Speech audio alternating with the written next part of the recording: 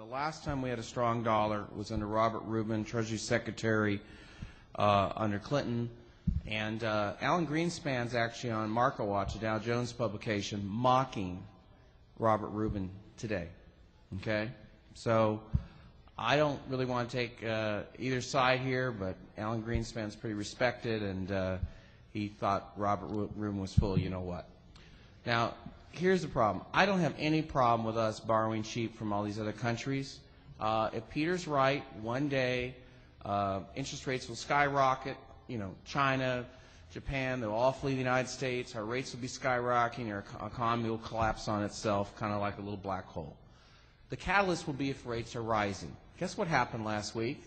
Rates plummeted on Treasury bills. For some reason, money was fleeing Asia, pouring into U.S. Treasuries, driving rates lower.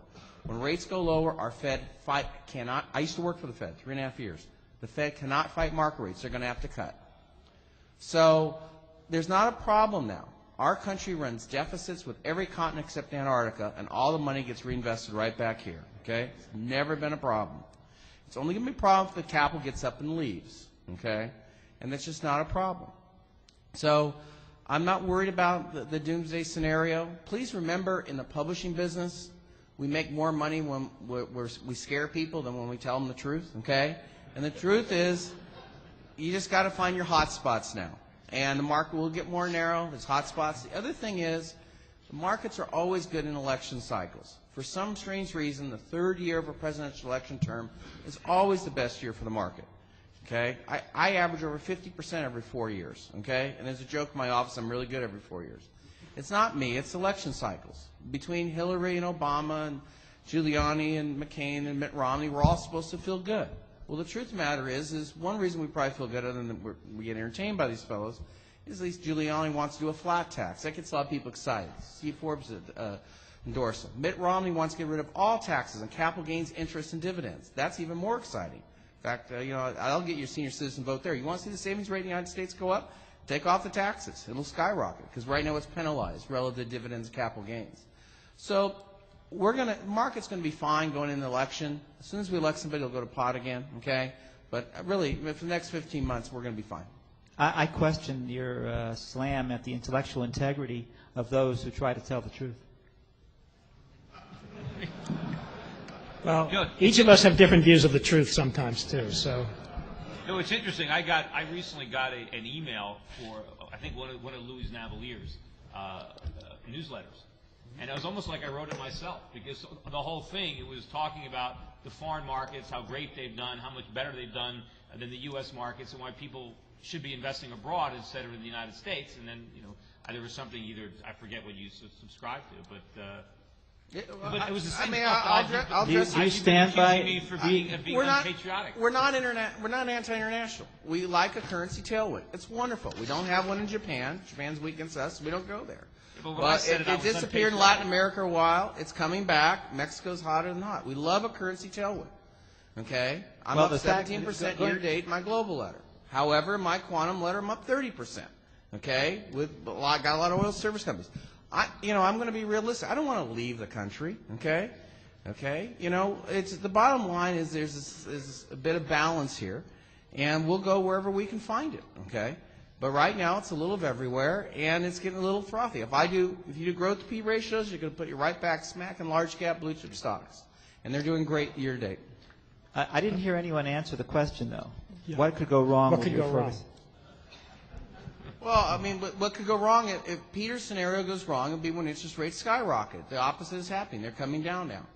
And what could go wrong? They came down heavily last week because of Asian buying. So, but if you see, let's just say, rates skyrocket, then we're in trouble.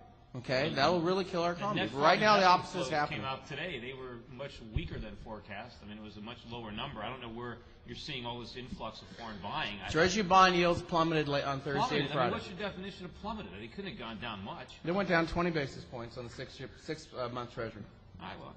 Let's go back to for 2 days. Let's go back to the question, Joe. What do you think could go wrong with your scenario? Yeah, I disagree with the bearish case that the international operation of China Inc. is just on a parabolic curve straight up. I look at China as an emerging market with all the attendant risks. The stock market was up meteoric the last 12 months. It is prone for a dramatic correction. What you saw in February had a reverberating effect internationally. And I'm most worried about unintended consequences. You cannot sell out of China that easily, but you can sell U.S. equities or any other equity you choose in lieu of China breaking up. And that's why all the markets in sync went down and went down hard. This could happen again, and it may be such a situation where it keeps everybody in a very negative point of view from an investment perspective. The second risk factor is the Straits of Malaga and also the Gulf of Hormuz is where 70% essentially of all this global trade is moving through. Leave the currencies out. Let's talk volume. Any terrorist worth his salt would target those two areas to impact the global economy and the American economy directly. The U.S. Navy is continuing to do a great job protecting those areas, but they are vulnerable. So if something were to happen there, and you have to wait in line or go on Alternative Tuesdays to get a gallon of gas, you can forget the bull case both here and internationally. I agree with that, and the two countries you should watch very carefully, not only Iran, which New York Times said this morning, I believe, that has advanced far further in its nuclear development than we had previously believed, but also Pakistan. Pakistan is a powder keg, and if that becomes unstable, then all bets are off, both for the domestic bull side and international bull side. How about the bearish side? What could go wrong for the bearish side? What could go wrong with the bearish side is that if you want to put a bullish spin on this entire scenario, you would have to say that the United States is emerging as a very strong caboose in a train whose locomotive is being driven by other stronger currencies and stronger currencies. Just this week, a lead article, also in the New York Times, front page, said that very soon more than half of the revenues from the S&P 500 companies is going to be derived directly or indirectly from overseas sales.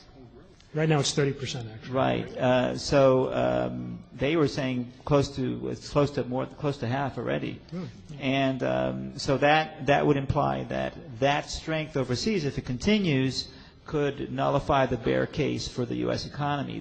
What's weighing on the U.S. economy now primarily is the housing crisis and its consequences. Hey, Peter, what could go wrong with your scenario? And then we have to wrap up. Well, basically, the foreign central banks have been big buyers of dollars, picking up the slack. Private foreign citizens have already wised up. They don't want our dollars anymore. They're not investing there. But central banks throughout Asia are buying dollars. They're buying them, in unprecedented quantities. And if that continues for a number of years, then the consequences that I'm foreseeing, might be delayed for a couple of years, but only at the expense of exacerbating the problems and making it that much more difficult when they finally come to their senses. Because, unlike, Louis, I just don't believe that foreigners are going to lend us money forever and never expect to get paid back. And the problem is money supply growth around the world is double digits. The world is creating a tremendous amount of inflation to prop our currency up and keep it from collapsing. And if foreign central banks want to play around with their CPIs and try to deny that the inflation actually exists so they can keep on printing money for a while longer and propping up our economy, then maybe we can get away for a couple more years. But there's a good chance that we don't, and it'll hit the fan a lot sooner. Think about this. Is it possible to say that our country having a trade deficit of close to $800 billion is a good thing? Is it possible to say that owing $2 trillion to foreign governments and foreign private institutions is a good thing? I agree with Louis that it may not be a problem today. It may not be a problem tomorrow. It can continue on for a while. But not being a problem in the very near term is a very nearsighted statement, in my opinion. If you want to be farsighted and think about the benefit, the good of our country as a whole long term, you cannot accept those deficits going on and our dollar declining and us becoming the caboose of the world economy. Okay. Well, thank you. At least there was a little bit of agreement here, but plenty of disagreement too. Thanks to all the panelists, and thank you all very much.